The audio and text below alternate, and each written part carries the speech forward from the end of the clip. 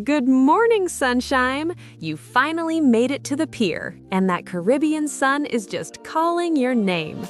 But before you go running onto that ship like a kid in a candy store, let's make sure you aren't acting like a total rookie. Here's how the pros handle Embarkation Day.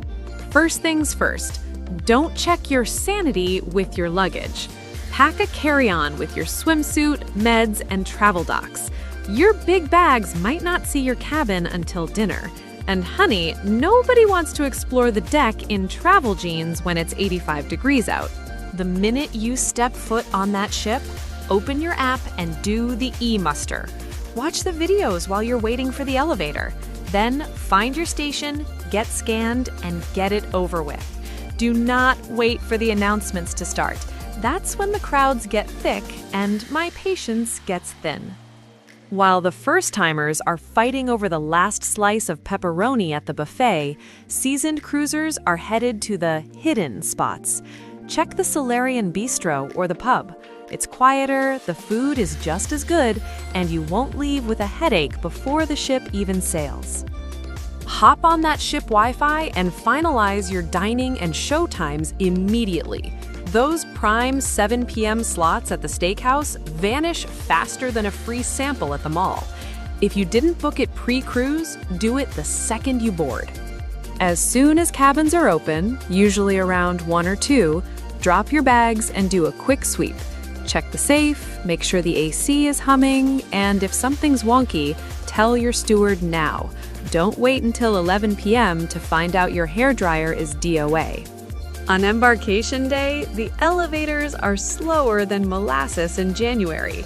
If you're able, take the stairs. It's faster, it helps you learn the ship's layout, and it justifies that extra dessert you're definitely having tonight. Find your stateroom steward, introduce yourself, and maybe slide them a little extra thank you in advance.